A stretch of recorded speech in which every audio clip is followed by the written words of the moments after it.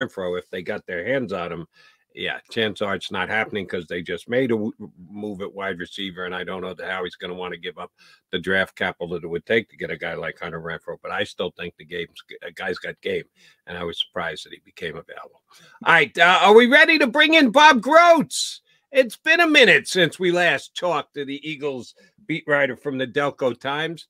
How you been, Mr. Grotz? I'm doing pretty good, but any minute or now, my heart arrhythmia may take off. So you guys, if I get real excited, you just let me know. We're going to try to keep things light. I'll throttle down. You look good, though. You look good. Hey, the car looks clean, by the way. I'm impressed. Hey, I got to tell you, I got to clean my car inside. Yeah. Going through the locker room, and I know I'm getting ahead of you guys, but looking at Julio Jones across the way, I swear to God, I thought I was shopping at Nordstrom or something. He looks like a customer at Nordstrom, I was just in there the other day. He just looks so, does he look like a Hall of Famer? Just standing up there? Heck no, man. I don't know about this. I mean, that's no way to judge anybody, but he just looks like a regular guy. Maybe he can fit in, maybe he can help. But as I was talking to John the other day, Jody, I don't see how they're gonna, how are they gonna get him the ball? Well, if Devontae's not playing, it's going to be easier. That was something that popped up sort of out of nowhere with the hamstring. So I was wondering why they brought him in. I thought it was an overreaction to one bad game. Everybody has bad games. I told Jody. But now it makes some sense if Devontae Smith is going to be out for a week or two. Yeah, but he needs the ball a lot. And AJ's going to need it. And Goddard's been great. Goddard last week had 8 targets, and 5 of those went for first downs. That's but good. the one, maybe it was 6. He's been better. He's been better. We were just talking about Dallas before you came on. Obviously, he had a slow start to the season. Then he had the 100-yard game, and as you mentioned, but he hung Jalen out to dry a little bit on that ball that got ricocheted. And who picked that up, Jody? That was Quincy Williams, defensive lineman, coming back up after pressure and the quarterback got back into the play and got an INT. Yeah, I don't know if you can blame him. That stuff happens. Well, yeah, the ball goes in the air. But that wasn't an MVP throw either. So, well, but I've always thought, and correct me if I'm wrong, that Julio Jones is a guy you got to, he's like one of those running backs, the great running backs. The more you get him the ball, the more he does. I just don't see that. Now he's 34 years old. This is going to be interesting. If this thing works out, I will be the first one to salute, Prince. Well, I did, because I got a lot of fan feedback, and it's always, best case scenario. And they're like, well, he'll replace Zach Pascal. I'm like, this guy's going to the Hall of Fame. He's not going to be happy blocking and getting one catch every 6 quarters. Yeah, I'm with you. And then red zone, he's a big body. First of all, they already have 2 big bodies they don't use in the red zone. And that's the one thing, even in his prime of his career, Atlanta used to get killed on because they never threw him the football in the red zone. That was one of the faults on him. And not just because of that divisional game with the Eagles at the link. Which he claimed he did not remember, by the way. Yeah, that was funny. Yeah. Hey, and they say cornerbacks have short memories, Yeah. That was great. Wide receivers can have that too. But here's why I think both of you are overstating the, oh my God, how the hell is he going to he's a Hall of Famer? We're 2 years removed from him being in Atlanta. He went to Tennessee, where he was the number 2 wide receiver behind a guy by the name of A.J. Brown. And then he went to Tampa last year, where he was unquestionably behind their 2 top wide receivers. So he slotted in, had to slot in, knew he was slotting in at number 3. It's not like they're asking him to take this woeful little role where he's been the man every year in his career. No, we're 2 years removed from him being the man. So why are you guys so nervous about him understanding, accepting, and dealing with his Oh, role? I think there's a big difference, and I'll let Bob answer, but to me, there's a big difference from, yeah, accepting you're 34 and scaling things back than being Zach Pascal. I think there's a big difference between those two things. He's going to want the ball. If you look at it, his last 3 years, 9 games in Atlanta, he got hurt, 51 catches, 10 games in Tennessee, 31, and 10 games in Tampa, 24. So he's at least catching the football 2 or 3 times a game. That hasn't been the case with the Eagles' third receiver. That's because the Eagles' third receiver has been Quez Watkins. Olamide Zaccheaus as well. So, I mean, the problem is the Eagles have a lot of playmakers. We talk about it all the time.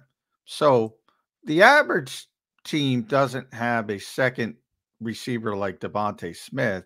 The average team doesn't have a tight end like Dallas Goedert. And they can't get those guys traffic. And then you trickle it down to number 4. And it might be number 5 because all of a sudden they have DeAndre Swift involved in the passing game from the running back position.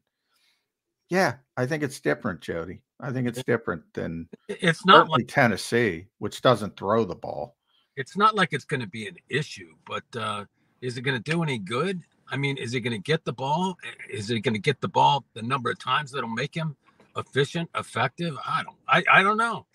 And they've not done a good job of dispersing the ball to the wide receivers this year. Although I'll correct that a little bit. I do like what they've done with AJ Brown. They kind of, I mean, he's the clear go-to guy now, and so that's been effective. I mean, they're 5-1, but yeah, I don't know about this. I kind of, they have had success, the Eagles, bringing in guys, veterans that have been to the Super Bowl or won the Super Bowl, and I think it could help along those lines. But there's just a lot of, I certainly don't think that he's going to rescue the passing game, and the passing game needs to be refined at this point. And I'm certainly with you there, Bob. Do I think he's going to make a massive difference in the Eagles' offense? No. Is he better than Quez Watkins? Yes. Plain and simple. I think he's better than Quez Watkins. I think the Eagle offense is better today than it was go back as many weeks as you need to get Quez healthy, but Quez in the lineup. And if you're the general manager, you're always looking to upgrade. Have either of you guys been able to unearth what his contract is? Is it anything more than the veteran minimum? Yeah, I think he's getting paid. He's getting more than that. I think I haven't seen it, but I guarantee he's getting more than that. I think I read something where he has incentives for blocks made in the run game. Well, he's not getting those. Big body. Is he getting a clothing allowance? And by the way, I happened to notice how well dressed he was in the Eagles locker room. No, he wasn't well. He looked like your average guy shopping. Well, he had an Eagles sweatshirt on, everything. So it was like, I thought, man, I've seen this guy, but he's been around the block. He bring they can always use some experience, with the wide receivers, and AJ Brown, he'll be like not a security blanket, but I'm sure those two guys will. You brought up AJ Brown, Bob. Coming in, Tyreek Hill obviously leads the NFL in receiving yards. AJ's now number 2 because Jefferson got hurt. So he's number 2. I thought he was number 4. Yeah. I think he's number 2 now, I believe. I could be wrong, but okay. I believe it's Hill, then AJ. Donovan McNabb said something that ever since the dust up, the Eagles have gone heavy AJ Brown, which they have. Now, AJ claims it had nothing to do with targets, but he thinks the Eagles have gotten more predictable because all they do is throw the ball to AJ Brown. Where are you on that? Yeah, I don't know about that. He definitely is open, and he's always open. Yeah, it's right. It's been a lot of run after the catch too, and they need that. But they're still. I mean, the way that they pretty much won their 5 games is running the ball and burning the clock. They still lead the league in number of plays. It's like 427, 428. More. Yeah, their time of possession is crazy. Yeah. Yeah. The other 4 or 5 teams in the top 5, they're all ordinary or bad teams. So this Eagles formula is interesting. It works. They keep the ball away from the opposition. By the way, they better do some of that this weekend with Miami to reduce their number of possessions, because we all know what Miami is capable of with Tua. Yeah, since you brought it up, John, I'll ask both you guys. Do you believe that Devontae Smith got 11 targets this week because the Eagles feared what Donovan McNabb had said? Uh-oh, they're giving it too much to AJ. Do you really think that passed through the gray area of anyone in the Eagles' brain trust? Yeah, not because of Donovan. No. Yeah, I think that happens. Yeah. No, I just brought it up because I didn't think it reverberated with the Eagles. No. I was just trying to. Do you buy into what Donovan was saying at all? That they're not moving the football. They're not getting other people involved as much as they should. Is basically the only reason. Basically, you agree with Donovan? No, I don't agree with Donovan. Yeah, neither do I. I definitely think there's something to this. Really? It's an inordinate number of touches compared to the other. Oh yeah, I know it was an issue last year. And it's interesting the way that the thing will adjust. Now, did he want to throw it that many times? I'm not sure, but did they want to make more of an effort to get it to Devontae? Yeah. I mean, come on, you guys. I mean, Nick is hugging. Yeah, after last week, that's what they do. No, that part I agree with, because they've done that consistently. Like week 1 in Detroit last year, Devontae didn't get a reception. They went to him right away. Then they got all the heat with Dallas Goedert. All of a sudden, he gets a 100-yard game. Yeah, they do that all the time. In fact, I told Jody on the show last week, bet the over on Devontae Smith because he only had 1 catch. And I did. How'd that work out for me, Devontae? They were going to Thank you very much for dropping the ball all over the place. And he would have if he didn't drop the ball. But he dropped the ball. Damn, but yet my wagering site took my money. They didn't say, yeah, he would have had it if he caught it, Joe. So we won't charge you. They still took my money. I'm saying blame Devontae. Don't blame me. I was on the right track. As you mentioned, 11 targets. They were trying to get him involved. And he would have been way over. What was it? The number was 53 and a half. I got 53 and a half. If he catches one of those 2 balls, he's way over. But he didn't. So blame the player. Don't blame me. All right, Mr. Grotz, I'm on record. The Miami Dolphins are scoring a minimum of 30 points this week. They're averaging 35, 36, or 35 and change. So it would be below their average at 30 points, which means the Eagles are going to have to score at least 31. That simple math I'm good at. Can Eagles win a shootout against the Dolphins? Because I think that's the way. If both teams are scoring in the 30, I've officially deemed it a shootout. Can Eagles win a shootout with Miami? Yeah, and I think they can. And it depends on that the run game too, and control or controlling the ball. They're also correct me if I'm wrong, John, but they're first in the league in 3rd down conversions. So the Eagles are, yeah, they keep the sticks moving. They got the plays. That and just simply reducing the possessions of the Dolphins is going to help, and I think you're going to see some of that. All right, so let me ask you this, because John and I went through this before. What happens if the Dolphins come out and stop the Eagles' run early? Because John said that, hey, you can't blame them for throwing as many times as they did last week because the Eagles tried to run it early and they got diddly squat. The Jets stepped up and stopped the run. What happens if the Dolphins do that? They step up and stop the run, and the Eagles are averaging 1.4 yards per carry on their first 10 carries. I'm shocked, first of all, because their defense isn't that good. But if they did, throw it. I mean, the Dolphins don't have that many guys. Their defense. Yeah, I've said that. Yeah, Jody you only gave one part of that. I said that was part of it, but the second part was, and the Jets were down their top 4 corners, so they wanted to throw the football. Course of their starting secondary was yeah. So it was both parts of the equation. And they this week, I think, the first 2 red zone possessions. So they got off to a pretty good start with that pass game. Yeah. The 19-play drive the first time they had the football, but and they converted a bunch of third downs on that drive. And they've been over 60% on third downs over the past, I think, 3 or 4 games. So they've been tremendous on third downs. But here's the Miami Dolphins. Here's what I think of Miami. And I want to run this by you, Bob. I think they're a very good team, and they've proven that. And I think people dismiss, to me, the definition of a good team is beat who you're supposed to beat. And they pretty much drummed who they're supposed to beat. To be a great team, then you got to be competitive with the other good teams you're playing.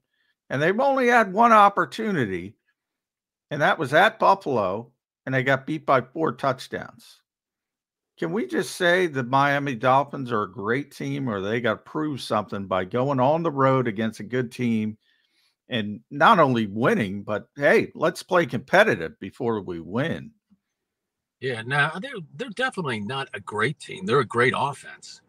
But the other components, and that running back, they're not going to have him. The guy, what is he, like the second fastest guy in the league? He's I think they got the top 6 and like 8 of 10 in game speeds for NFL players are all Miami. They're very fast. But there is more to that. And McDaniel, Mike McDaniel, great play caller. Is he a great head coach? I'm not so sure about that. I mean, but he's got Vic Fangio and another Vic.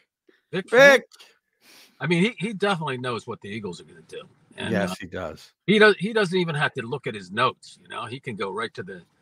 Nick had a great quote about Vic. He's a big Phillies fan, for those who don't know, Vic Fangio. So maybe he's distracted this week. Well, Nick also said that he doesn't know everything about us. Oh yeah, he does. He knows. He knows everything. All right. So here's what I need to know for both of you guys. Fine. If the Miami Dolphins right now are not a great team, if that's your evaluative process and you don't come up with great, very good at best, is there a great team in the National Football League, or are we bereft of them? Are there no great teams in the National Football League right now? Because if Miami's not, please tell me who is. Who's a great football team in the National Football League right now? I don't see any right now. There's a bunch of good teams, but great team. This is including the Philadelphia Eagles. Eagles aren't great. This is well, no. I mean, they have some holes, but they also, until this last game, they had some momentum. They kind of collapsed in that fourth quarter. But no, I mean, Washington took them to overtime. That was kind of strange. But if you look at last year's record too, this is kind of the way that they played last year. They had the same time. They almost lost to Arizona last year, and Arizona was no good. I mean, there's like these little landmines all over the schedule. Yeah, everybody has bad games. It's not about having a bad game. My well, maybe great, good versus great. Proven is what I would say. Like San Francisco has won games against good teams in the past. The Eagles have won, in the past, are more proven. Even teams like Buffalo, Kansas City, obviously, Baltimore, if you're looking at top 10 level teams, they're more proven. This group isn't proven. So until I see them beat somebody with a reputation, I'm a little more hesitant. Same with Detroit. Detroit looks very good, but to me, they're not proven. And until they beat somebody with some kind of reputation, it's tough to go all in on this. John, you consider great over years. Yeah. You're taking it for more than just the 6 games that have been played this year. Yeah. Well, and if they would have beat Buffalo 48-20, except the opposite, I'd be much higher than if that game didn't exist. I would be much higher on the Dolphins. Or if they beat Buffalo by 4 touchdowns, I'd say, well, that's a really good team. But that's what happened. They went into Buffalo, and they didn't just lay an egg. They got beat by 4 touchdowns against a team that almost lost to the Giants, by the way, last week. So let me ask you this, both of you guys. If they come in here and beat the Eagles in Philadelphia as an underdog, Eagles 2.5 point favorite, would that achieve great status for them? Do the Eagles measure up to one of those teams? Hey, you got to beat somebody before we attach the word great. Eagles on the road Sunday. Does that make Miami great if they win the game? Well, it certainly makes them. It makes them better. Yeah. I would be much more. But there's I would say that's a signature win for Miami. There's a lot of dynamics in this game, or a lot of drama. Like the quarterback thing is huge. You know, how are those two guys going to react? I mean, this is the first time that they've played each other since they lost since Tua took Jalen's job, right? This is their first showdown. How are they? I mean, I'm really interested to see, you know, how Hurts responds to this and his teammates. That was a big deal. I mean, has he been resilient since then? Obviously, near MVP season. But can you? I still can't imagine this. Like you look up and you make eye contact with this guy, who was the symbol of your greatest failure. You know, how can you not think about that? You know, it's just I don't think it's incomprehensible. I do. I mean, he went through that. You know what? He went when they went down to Miami. He had to go through all that crap. They're actually friends. They don't care. You can be friends. Hey, you can be friends. Kind of like the guy who married the woman you wanted to marry or something like that. How can you not look at that guy every day, every time you say hello and say you know, whatever, you know, like it's just human. In a roundabout way, I think it helped Jalen because he got to go to Oklahoma and put up the big numbers with Lincoln Riley. And if he didn't, he's probably a, you know, 4th round pick. You know, I think it actually helped him. Well, who's to say he wouldn't have rallied Alabama after halftime? You know, he had a bad first half. Who's to say he wouldn't have bounced back? I mean, there's a lot of that would be Nick Saban. He was the only voice that carried or mattered, and he said he had to get in there.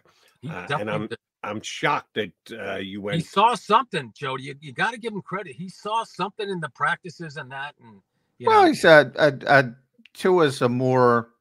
I always use the term high volume thrower, and that's what he wanted, and he is. He still is. He always will be. He's a different type of quarterback. He's a more high volume thrower, and Jalen goes about it a different way, and that's what Nick Saban wanted. All right, last one for me, Bob Grotz, and this may be the most important question you answer all week. Kelly Green. Now, John and I are both on record as trying not to be overly exercised by the color uniform that the Eagles wear, and makes us both roll our eyes when people make as big a deal about it as it is. I like the Kelly Green. I would like to buy a Kelly Green jersey. When they hit the market, it was so unbelievable you couldn't get your hands on them.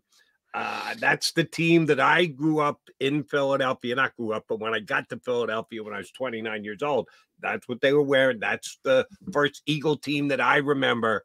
So I'm kind of excited about the Kelly Green, not to the levels of some people, but if they go out and get smoked on Sunday, are we ever going to see the Philadelphia Eagles in Kelly Green again? That would be really bad. Well, they're wearing them again this year. They got to wear them twice, don't they, Bob? I don't even pay. Do they have to? Is there a rule that once you? Well, I think they already announced. I think they already announced they're wearing them twice.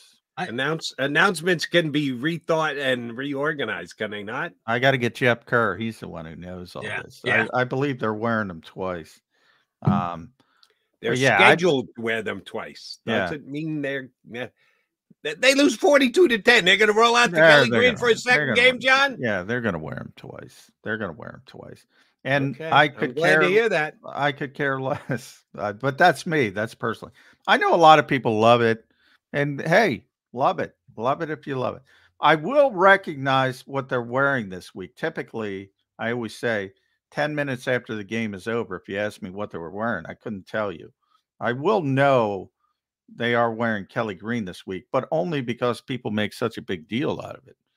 It's not going to matter whether they win or lose, whether they're wearing Kelly green or black or white or midnight green. If they play well, they'll win. If they play poorly, they'll lose. It's going to have nothing to do with the color of the jersey. Yeah, well, that Kelly green too. I mean, they weren't that good when they were wearing it. Yeah, that's the funny part. Kind of a symbol of angst, you know. Like, I don't. They've been much better with midnight green.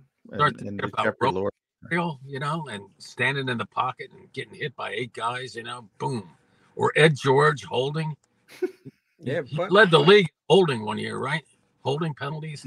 But Buddy Ryan did make the playoffs. He couldn't win when he got there, but he did get them to the playoffs a bunch in Kelly green. Yeah.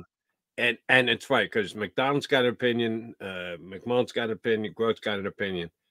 The only opinion that matters is Jeff Lurie.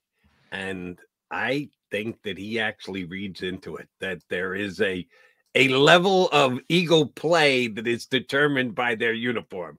Which I know. As little as I know Jeffrey Lurie, he don't give a rat's ass about that. Yeah. You don't think so? Then what took him so long to come back to Kelly green? Well, the NFL has these weird, as they usually do, because it's so over legislated. They have these weird uniform rules, and you got to have the same helmet. You got to have an alternate helmet with an alternate jersey, and they had to wait all these years. Now it's a marketing boon, and I'm surprised that it took them so long to get it done, because he's picking the pocket of the fan base, but they're enjoying it. So as long as you're enjoying it, they're making a lot of money. That party cares about, but I don't think Jeffrey Lurie is going to say, "Oh, we lost because we had Kelly green jerseys on." He's not that superstitious. Okay, we'll see about that one. All right, Grotz, last question from me. I need again, maybe the most. By the way, week 12 versus Buffalo, they're also going to wear them. Week 7 this week. Week 12 versus Buffalo. What time is that Buffalo game? Is that a Sunday at 1 game? Buffalo. No, nothing's Sunday at 1. Buffalo's 4:25.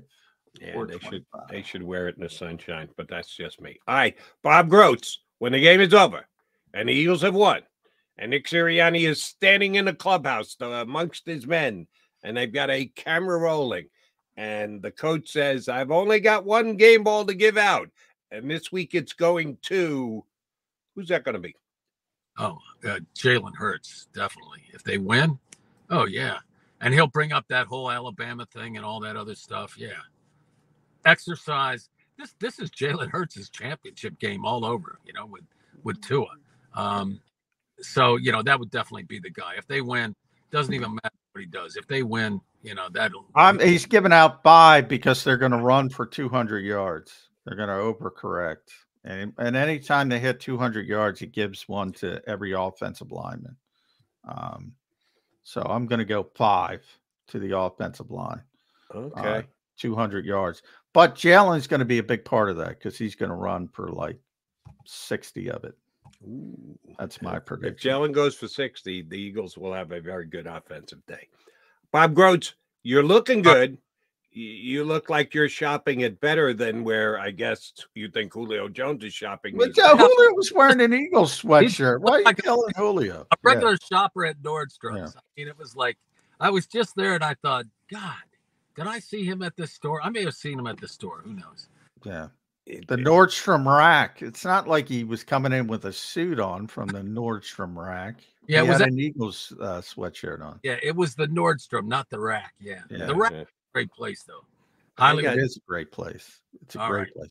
For people like us, not Julio Jones, who makes millions of dollars. Yeah, it's good. I can't even afford to shop at Nordstrom. I don't know how that became. Nordstrom rack. It's not the same. Yeah, just double checking on that one. Guys, Grotz, glad to see and hear you're feeling better. Thanks, bud. All right, see you guys. Bob Grotz from the Delco Times here with us on Birds 365.